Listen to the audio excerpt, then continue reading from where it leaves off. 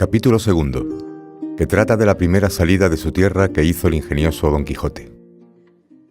Hechas pues estas prevenciones, no quiso guardar más tiempo para poner en práctica su pensamiento, acuciándole la falta que pensaba que cometía en el mundo su tardanza, según eran los agravios que pensaba deshacer, entuertos que enderezar, sin razones que enmendar, abusos que corregir y deudas que satisfacer. Y así, sin dar parte de su intención a ninguna persona y sin que nadie le viese, una mañana, antes de hacerse de día, que era uno de los calurosos del mes de julio, se armó con todas sus armas, subió sobre Rocinante, puesta su mal compuesta celada, embrazó su escudo, tomó su lanza, y por la puerta falsa de un corral salió al campo, con grandísimo contento y alborozo de ver con cuánta facilidad había dado principio a su buen deseo. Pero apenas se vio en el campo, le asaltó un pensamiento tan terrible que estuvo a punto de dejar la comenzada empresa. Y fue que le vino a la memoria que no se había armado caballero, y que, conforme a la ley de caballería, ni podía ni debía cruzar armas con ningún caballero, y aunque ya lo fuese, como caballero novel, tendría que llevar armas blancas sin divisa en el escudo hasta ganarla por su esfuerzo. Estos pensamientos le hicieron titubear en su propósito, pero pudiendo más su locura que ninguna otra razón, se propuso hacerse armar caballero por el primero que topase, a imitación de otros muchos que lo hicieron así, según había leído él en los libros que lo traían loco. En lo de las armas blancas, pensaba limpiarlas en cuanto pudiese, de tal manera que lo fuesen más que un armiño, y con esto se aquietó y prosiguió su camino, sin llevar otro que aquel que quería su caballo, creyendo que en aquello consistía la fuerza de las aventuras. Yendo pues caminando nuestro flamante aventurero, iba hablando consigo mismo y diciendo: ¿quién duda que en los venideros tiempos, cuando salga a la luz la verdadera historia de mis famosos hechos, el sabio mago que los escriba no ponga, cuando llegue a contar esta mi primera salida tan de mañana, de esta manera? Apenas había el rubicundo Apolo tendido por la faz de la ancha y espaciosa tierra las doradas hebras de sus hermosos cabellos, y apenas los pequeños y pintones pajarillos con sus arpadas lenguas habían saludado con dulce y miliflua armonía la venida de la rosada aurora, que dejando la blanda cama del celoso marido se mostraba por las puertas y balcones del manchego horizonte a los mortales, cuando el famoso caballero Don Quijote de la Mancha, dejando las ociosas plumas, subió sobre su famoso caballo Rocinante y comenzó a caminar por el antiguo y conocido campo de Montiel. Y en verdad por él caminaba, y añadió: dichosa edad y dichoso siglo aquel en el que salgan a la luz las famosas hazañas mías, dignas de tallarse en bronces, esculpirse en mármoles y pintarse en tablas para memoria en lo futuro. Oh tú, sabio encantador, quien quiera que seas, a quien ha de tocar ser el cronista de esta inaudita historia, te ruego que no te olvides de mi buen Rocinante, compañero eterno mío en todos mis caminos y veredas. Y acto seguido volvía a decir como si verdaderamente estuviese enamorado: oh princesa Dulcinea, señora de este cautivo corazón, mucho agravio me habéis fecho al despedirme y reprocharme con la rigurosa obstinación de mandarme no aparecer ante la vuestra fermosura. Complázcaos, señora, acordaros de este vuestro esclavo corazón, que tantas cuitas por vuestro amor padece. Con estos iba ensartando otros disparates, todos al modo de los que le habían enseñado sus libros, imitando cuanto podía su lenguaje. Con esto caminaba tan despacio, y el sol entraba tan deprisa y con tanto ardor, que habría sido suficiente para derretirle los sesos, si tuviera alguno. Caminó casi todo aquel día sin acontecerle cosa digna de ser contada, de lo cual se desesperaba, porque estaba deseando topar cuanto antes con quien probar el valor de su fuerte brazo. Autores hay que dicen que la primera aventura que le sucedió fue la de Puerto Lápice, otros dicen que la de los molinos de viento, pero lo que yo he podido averiguar en este caso y lo que he hallado escrito en los anales de la Mancha es que él anduvo todo aquel día, y al anochecer su Rocín y él se hallaron cansados y muertos de hambre, y que mirando a todas partes por ver si descubría algún castillo o alguna majada de pastores donde recogerse y donde pudiese remediar su mucha hambre y necesidad, vio no lejos del camino por donde iba una venta, que fue como si viera una estrella que le encaminara, no a los portales, sino a los alcázares de su redención. Se dio prisa en caminar y llegó a ella al tiempo que anochecía. Estaban casualmente en la puerta dos mujeres mozas, de estas que llaman de la vida, que iban a Sevilla con unos arrieros que acertaron a hacer una parada en la venta aquella noche. Y como a nuestro aventurero todo cuanto pensaba, veía o imaginaba le parecía estar hecho y pasar tal y como lo había leído, en cuanto vio la venta se le figuró que era un castillo con sus 4 torres y chapiteles de luciente plata, sin faltarle su puente levadizo y hondo foso, con todas las demás cosas que suelen tener esos castillos. Se fue llegando a la venta que a él le parecía castillo, y a poco trecho de ella tiró de las riendas a Rocinante, esperando que algún enano se pusiese entre las almenas a dar señales con una trompeta de que llegaba caballero al castillo. Pero como vio que tardaban y que Rocinante se daba prisa por llegar a la caballeriza, se llegó a la puerta de la venta y vio a las 2 distraídas mozas que estaban allí, que a él le parecieron 2 hermosas doncellas o 2 graciosas damas que se estaban solazando delante de la puerta del castillo. En esto quiso la suerte que un porquero que andaba recogiendo de unos rastrojos una manada de puercos, que sin perdón así se llaman, tocó el cuerno con cuya señal se recogen ellos, y al instante se le figuró a Don Quijote lo que estaba deseando, que algún enano avisaba de su llegada. Y así, con extraordinario contento,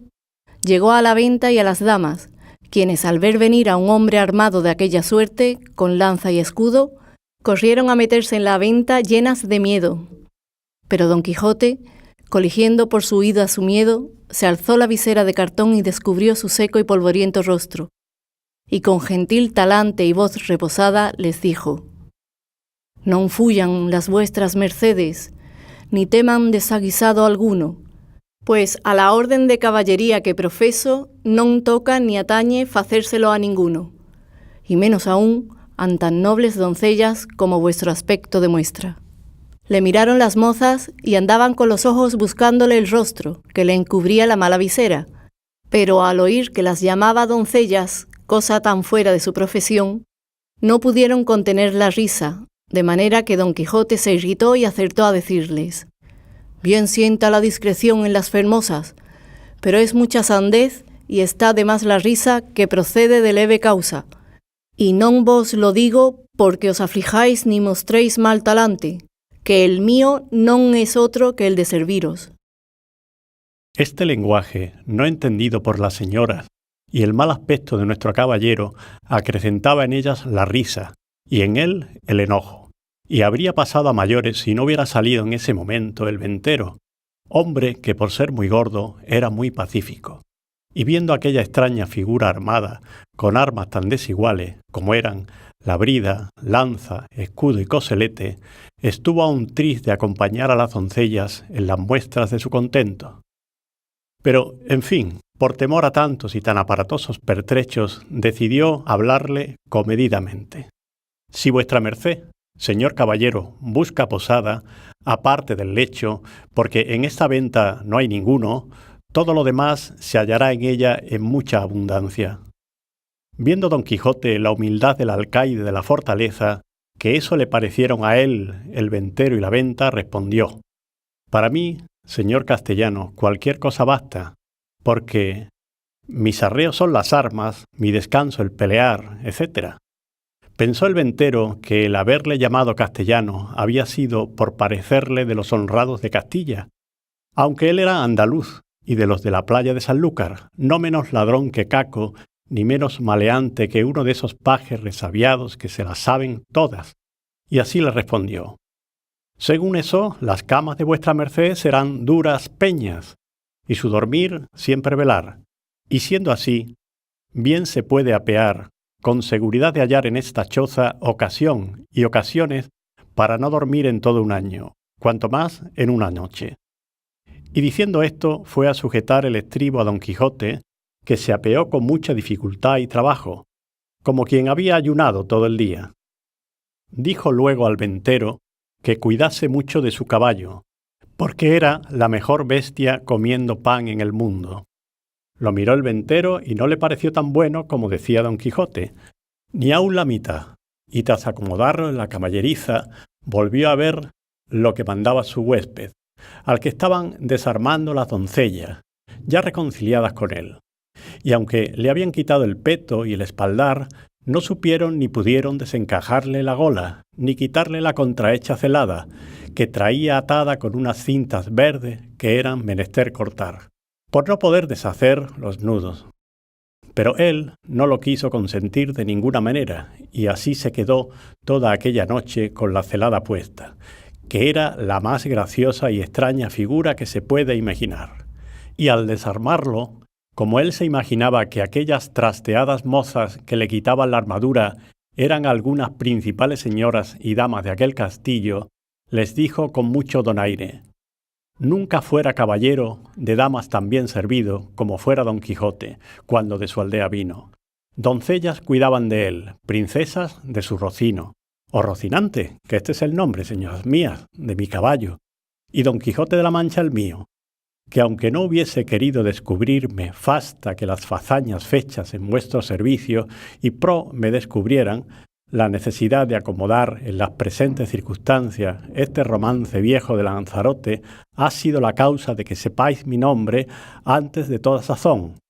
Pero tiempo vendrá en que las vuestras señorías me manden y yo obedezca, y el valor de mi brazo descubra el deseo que tengo de serviros. Las mozas, que no estaban hechas a oír semejantes retóricas, no respondían palabra, solo le preguntaron si quería comer alguna cosa. Cualquiera llantaría yo, respondió Don Quijote, porque, a mi entender, me vendría muy al caso. Casualmente acertó a ser viernes aquel día, y no había en toda la venta más que unas raciones de un pescado que en Castilla llaman abadejo y en Andalucía bacalao, y en otras partes curadillo y en otras truchuela. Le preguntaron si por ventura comería su merced truchuela, porque no había otro pescado que darle para comer. Con tal que haya muchas truchuelas, respondió Don Quijote, valdrán por una trucha, porque me da igual que me den 8 reales sueltos o en una pieza de a 8, sin contar que podría ser que esas truchuelas fuesen como la ternera, que es mejor que la vaca, y el cabrito que el cabrón. Pero sea lo que fuere, venga rápido, que el trabajo y peso de las armas no se puede sobrellevar sin el gobierno de las tripas. Le pusieron la mesa a la puerta de la venta por el fresco, y el ventero le trajo una porción del mal remojado y peor cocido bacalao, y un pan tan negro y mugriento como sus armas.